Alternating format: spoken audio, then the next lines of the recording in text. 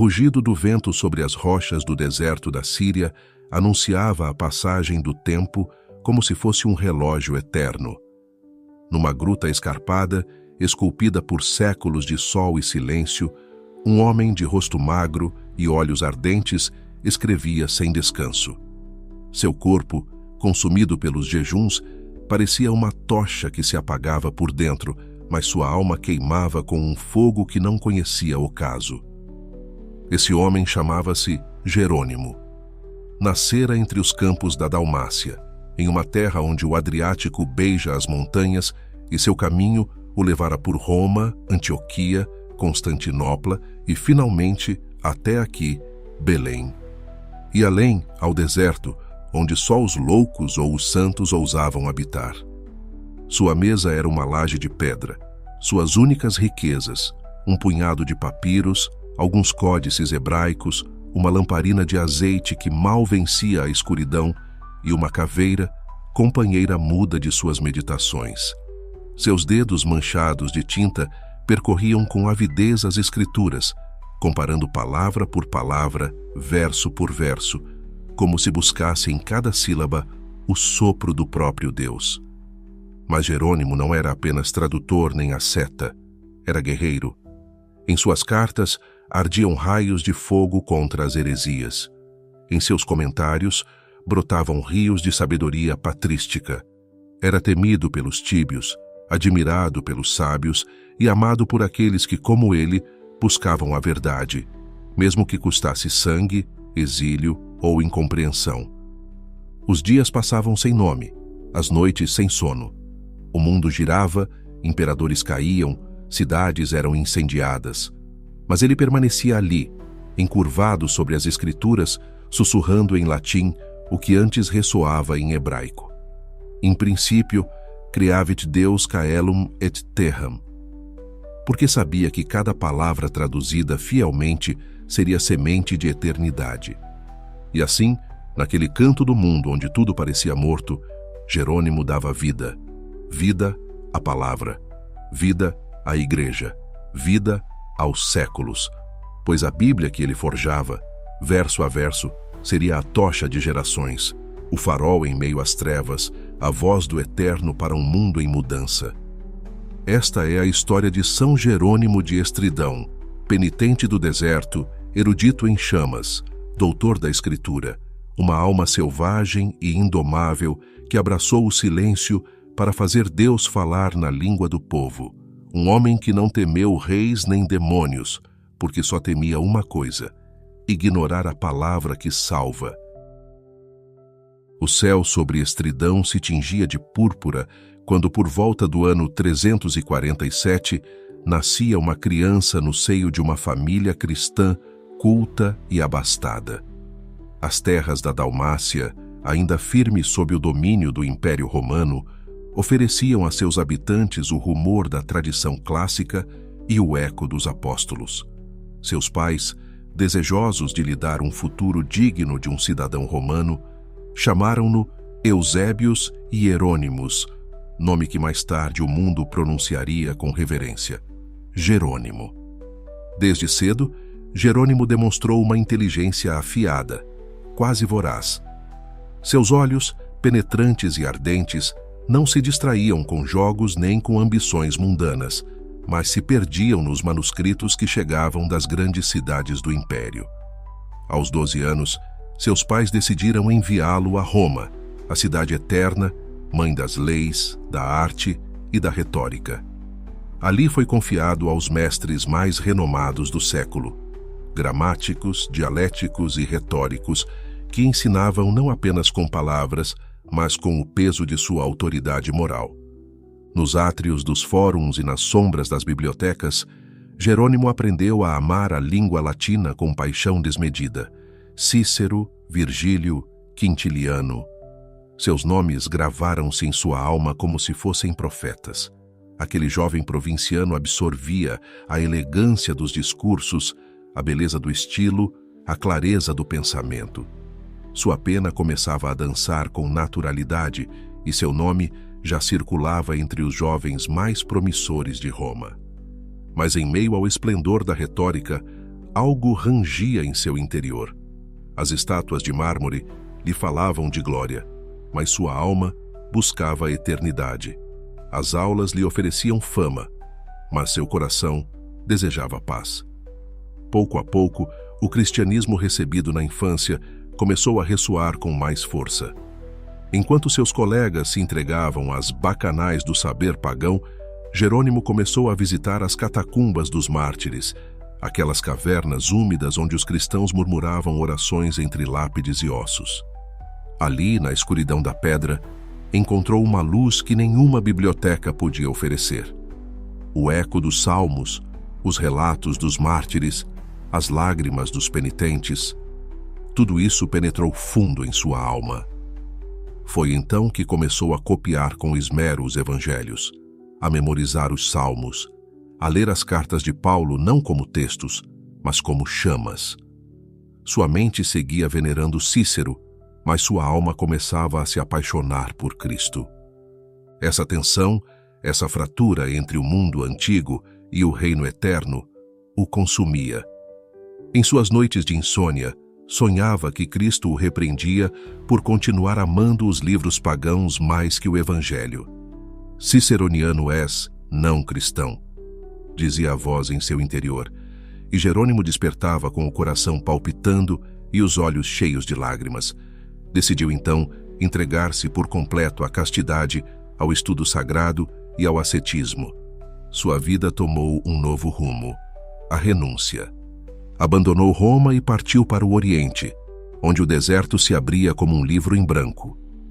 Na Síria, entre as rochas de Calcis, encontrou uma gruta, onde instalou sua alma e submeteu sua carne.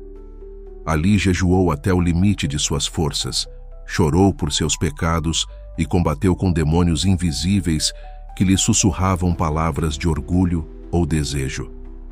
Seu único consolo eram as Escrituras, que estudava com devoção febril, e o hebraico, língua santa que aprendia dos lábios de judeus com admirável humildade. Aquela caverna foi sua cátedra. Não tinha outro púlpito além de uma rocha, nem mais livros que os que ele próprio copiava à mão. Mas naquele silêncio abrasador, sua alma se afiou como uma espada. Ali compreendeu que o saber não é inimigo da fé, quando colocado a serviço da verdade. E foi nesse deserto, entre escorpiões e salmos, que Jerônimo foi cinzelado por Deus. Assim começou a forja do homem que, tempos depois, daria à igreja seu maior tesouro, a Bíblia na língua do povo. Mas antes de se tornar doutor, precisava ser discípulo. Antes de ensinar, precisava arder. E antes de falar em nome de Deus, precisava aprender a calar o próprio orgulho. Nas pedras da Síria, Jerônimo aprendeu que a sabedoria sem santidade é fumaça, e que só o fogo do deserto poderia purificá-lo. A terra de Calcis, no leste da Síria, não oferecia nada ao corpo e tudo à alma. Seus montes ressequidos, suas planícies de areia ardente, suas grutas abertas na pedra, eram morada de feras selvagens e de santos. Ali, em meio a um silêncio tão denso que parecia eterno, Jerônimo se retirou como um náufrago que abandona os destroços do mundo para buscar uma única ilha: Deus. Seu refúgio foi uma caverna estreita, sem luz nem abrigo. Não buscava comodidade, mas cruz. Jejuava durante dias inteiros, alimentando-se de pão seco e água quando conseguia encontrar. Dormia no chão, vestia farrapos, evitava toda a companhia. Em seu coração ardia apenas uma chama: agradar ao Senhor. Mas esse fogo não era doce. Era um fogo que queimava, que escavava as feridas mais profundas da alma, que trazia consigo a tentação, o choro, a loucura. Ali, entre os escorpiões do deserto, Jerônimo travou sua batalha mais feroz, a da alma contra si mesma. As visões o assaltavam como inimigos invisíveis. Via os jardins de Roma, as danças, os fóruns, os banquetes, os poemas de Virgílio, as sentenças de Cícero. Via a carne desejável, a fama acadêmica, o sussurro dos aplausos humanos. E entre lágrimas, batia no peito, Se jogava ao chão e gritava ao céu: Senhor, não sou mais que pó. Tem piedade de mim. Foi nessas noites sem lua, quando o silêncio só era interrompido pelos próprios soluços, que Jerônimo compreendeu que não bastava fugir do mundo. Era preciso deixar que o mundo morresse dentro de si. E enquanto morria para si mesmo, começou a renascer nas Escrituras. Seu único consolo era a palavra de Deus, que lia em grego e, pouco a pouco, também em hebraico. Pois naquela língua, áspera, antiga, reveladora, percebia o sopro direto do Altíssimo.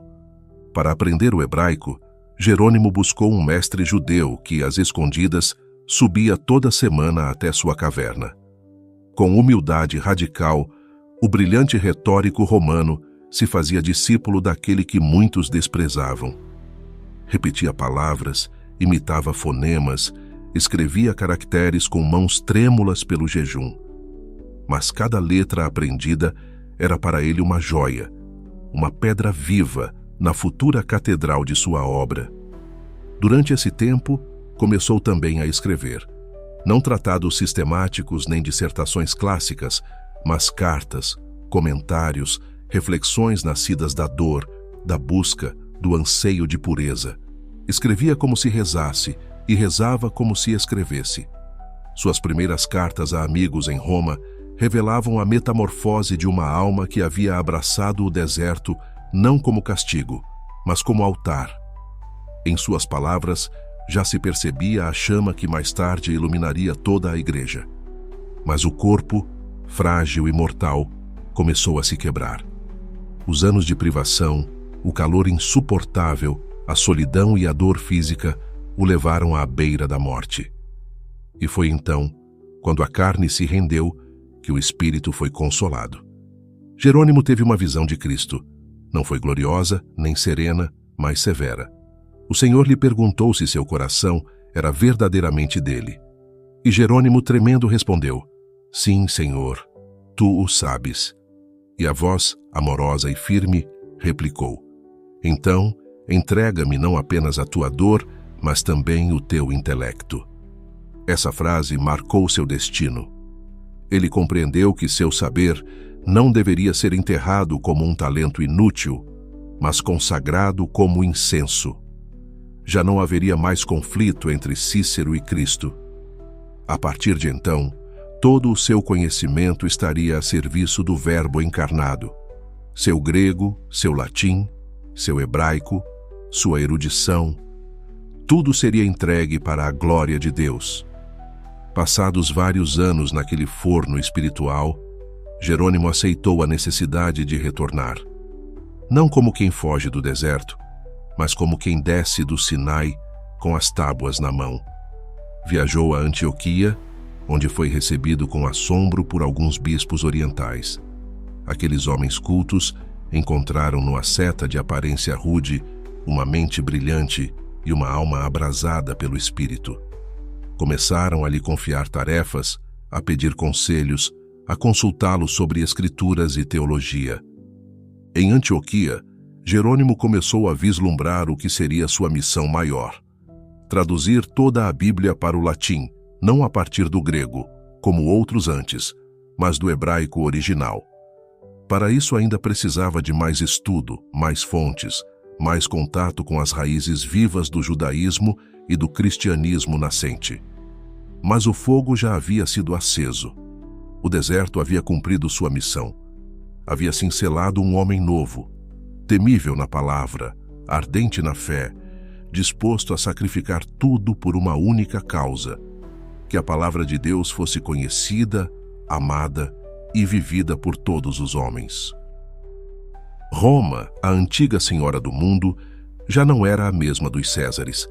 Sob o peso dos séculos, suas colunas se rachavam e suas ruas estavam cheias de ecos contraditórios, de hinos cristãos e cânticos pagãos, de mártires venerados e prazeres desenfreados, de convertidos ardentes e clérigos mundanos.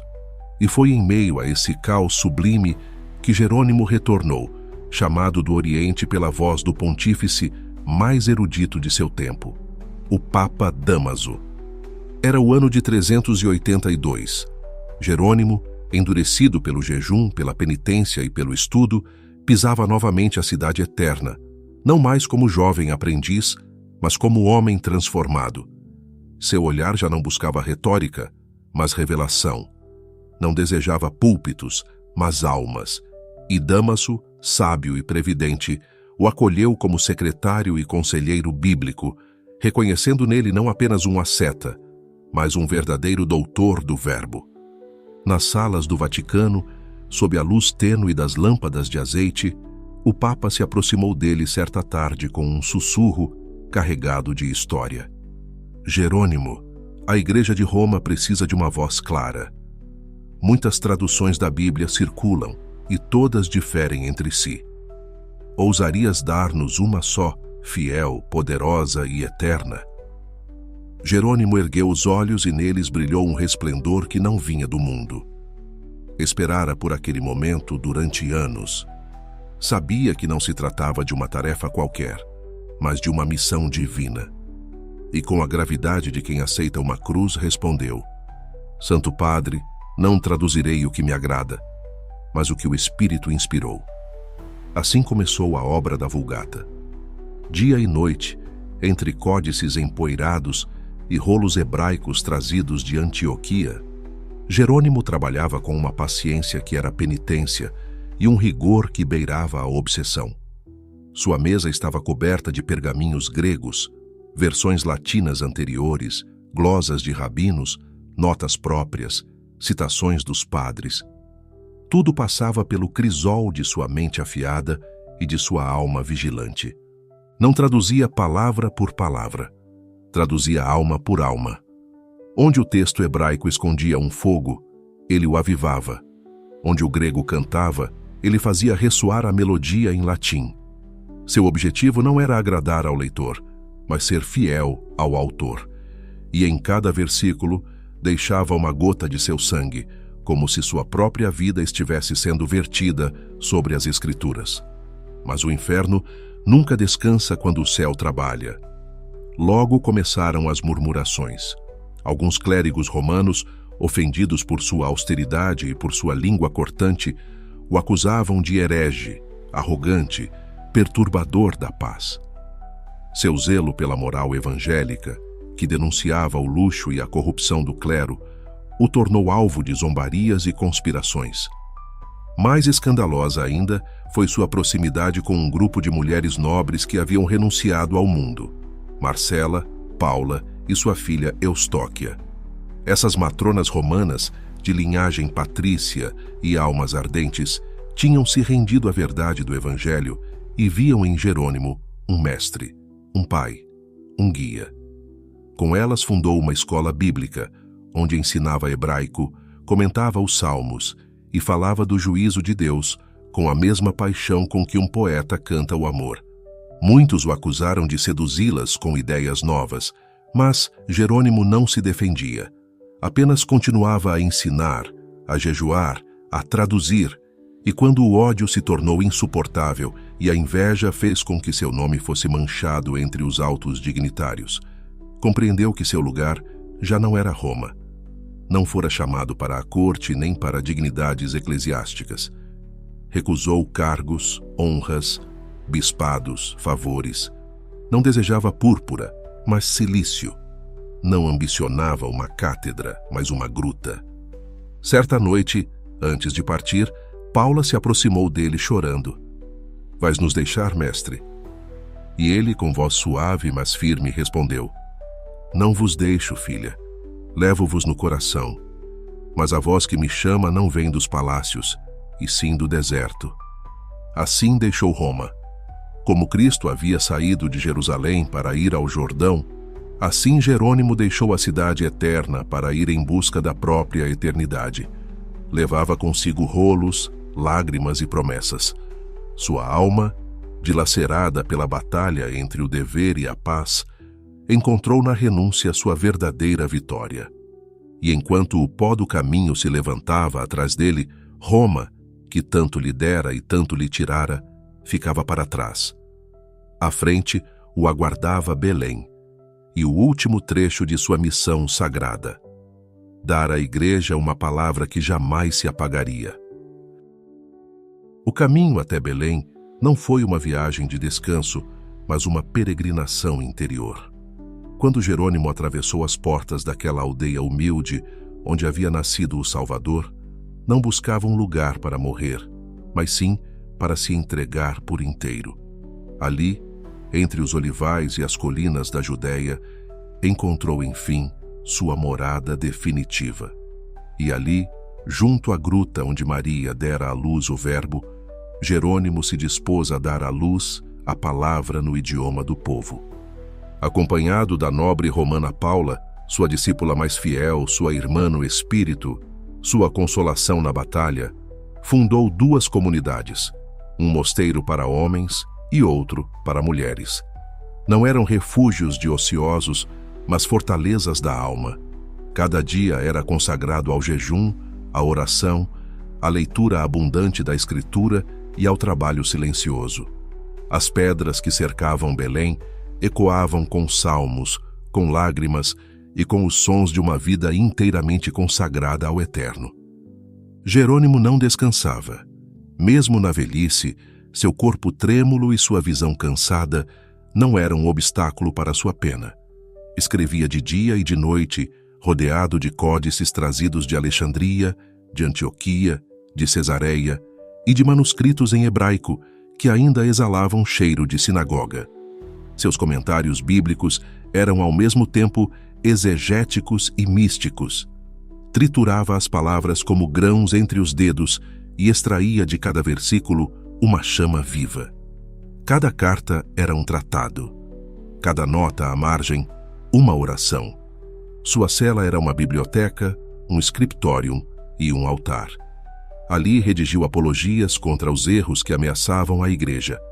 Enfrentou com firmeza o pelagianismo, que negava a necessidade da graça, o origenismo, que deturpava o mistério da salvação, e o arianismo, que feria o coração mesmo do Verbo encarnado.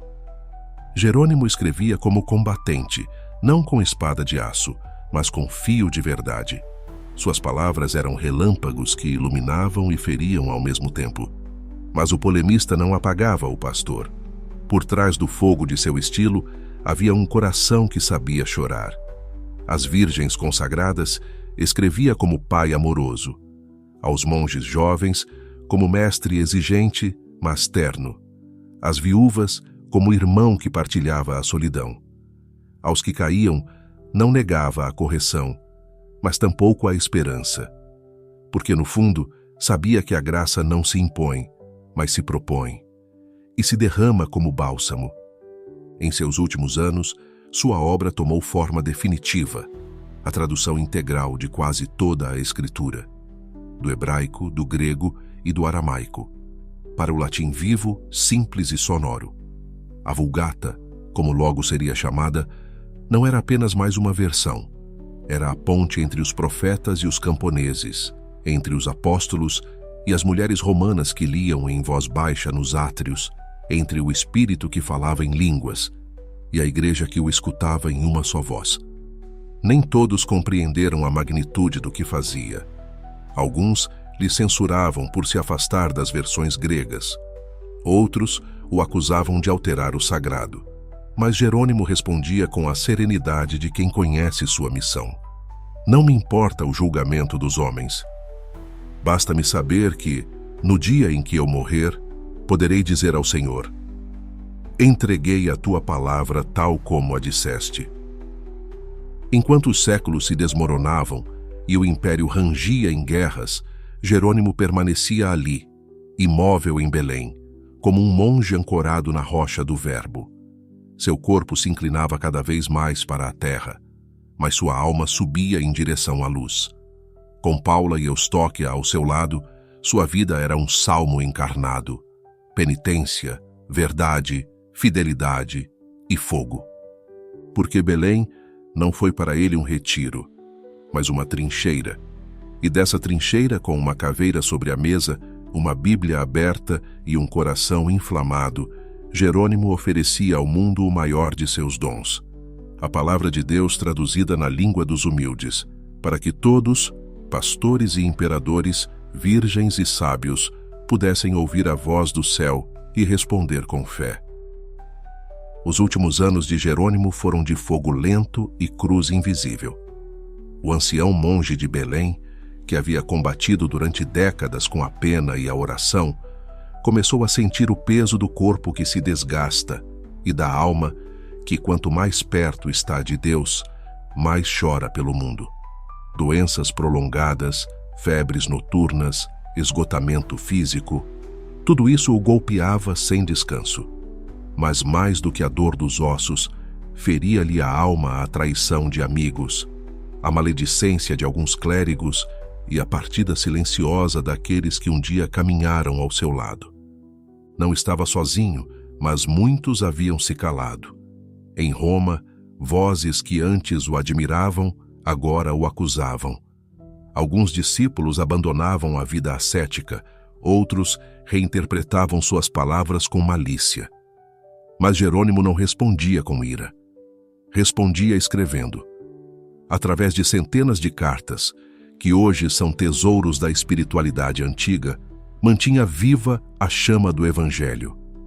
Sua correspondência com Santo Agostinho de Hipona foi particularmente profunda. Dois gigantes da Igreja, diferentes em caráter, mas unidos no zelo, escreviam-se com respeito, agudeza e amor pela verdade. Também escrevia às suas discípulas distantes. Eustóquia, fiel como sempre, era seu consolo constante. Mas a ausência de Paula, sua mãe espiritual, logo se transformaria em ferida aberta. A morte de Paula, mulher de nobre linhagem convertida em serva de Cristo, o devastou. Jerônimo chorou como um filho que perde o abrigo. Durante dias não escreveu. Durante noites inteiras não falou. Apenas rezava diante do altar, onde tantas vezes a tinha visto ajoelhada. Mas da dor nasceu uma entrega ainda maior. Como se ao morrer Paula, ele também tivesse morrido para si mesmo, e já não lhe restasse senão oferecer seu corpo cansado e sua alma abrasada. Seus últimos anos foram um cântico silencioso. Na cela de Belém, rodeado de manuscritos envelhecidos, continuava escrevendo como se o tempo não existisse. Cada salmo, cada carta paulina, cada profeta era lido, comentado, traduzido e rezado. Sua língua latina, tão afiada na juventude, tornava-se agora como um rio tranquilo, firme, clara, profunda. A Vulgata já estava quase completa, e o ancião sabia que sua obra não era apenas dele. Era dom de Deus para a igreja que viria. Não buscava honrarias, não pediu epitáfios.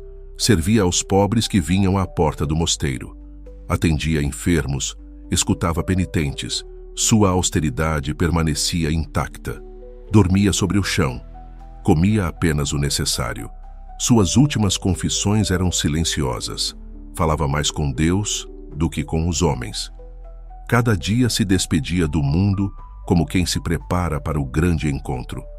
E a cada noite olhava para a caveira sobre sua mesa e repetia: Memento mori. Finalmente, por volta do ano 420, numa madrugada sem testemunhas, enquanto o incenso subia na capela e as escrituras abertas repousavam junto ao seu leito, Jerônimo exalou seu último suspiro. Não houve milagres espetaculares nem multidões ao redor. Apenas a paz de quem foi fiel até o fim. Morria o corpo, mas o verbo permanecia vivo na obra que havia deixado. Sua cela se tornou relíquia, suas traduções, fundamentos, sua vida, testemunho. Porque Jerônimo não foi apenas o tradutor da Bíblia, foi seu servidor, seu sentinela, seu ardente defensor. Deu sua mente, sua carne e seu espírito para que outros pudessem ouvir a voz de Deus, não em línguas distantes, mas no idioma do coração. E assim, com a pena na mão e a fé na alma, Jerônimo se tornou pai da Escritura, doutor da Igreja e exemplo eterno de que a erudição mais alta não está em conflito com a santidade, mas pode ser seu caminho mais belo. São Jerônimo não foi um santo de doçura apaziguada mas um fogo aceso. Seu olhar atravessava as palavras como se sondasse a alma do mundo, e sua língua, áspera às vezes, cortante em outras, não buscava ferir, mas curar com a verdade. Foi mais profeta do que cortesão, mais soldado do verbo do que orador de salão. Sua pena podia dilacerar o erro com a ferocidade de um leão, mas também podia acariciar a palavra com a ternura de um discípulo. Rugia contra as heresias como um sentinela que não dorme, e chorava sobre os salmos como uma criança que encontrou o pai. Jejuava não por disciplina, mas por amor. Velava à noite não por obrigação, mas porque o desejo de conhecer a Deus não lhe permitia descansar. Cada página que escreveu era um eco de sua alma em chamas. Cada tradução, um ato de humildade. Cada frase, uma ponte entre o céu e a terra. Não fundou ordens, não governou dioceses, não subiu ao trono papal, nem foi celebrado por imperadores. Mas junto ao presépio de Belém, onde o Verbo se fez carne, ofereceu sua vida para que esse Verbo pudesse ser compreendido. Enquanto muitos construíam templos de pedra, ele edificou uma catedral de palavras que atravessaria os séculos. Seu legado não é apenas a Vulgata, essa obra-prima que deu voz latina à Escritura. Seu legado é a certeza de que o estudo pode ser oração, que o saber pode ser santidade, que a verdade não se negocia e que quem coloca sua inteligência a serviço de Cristo se converte em instrumento do Espírito. São Jerônimo é, e sempre será, o leão de Belém. Não por rugir com soberba, mas por rugir com verdade. Sua voz continua ressoando nos claustros, nos púlpitos, nos corações que buscam compreender. Porque o fogo que o consumiu não se extinguiu com sua morte. Transformou-se em chama viva que segue iluminando a igreja. Palavra por palavra, verso por verso, alma por alma. São Jerônimo, doutor da Escritura, leão do deserto, rogai por nós.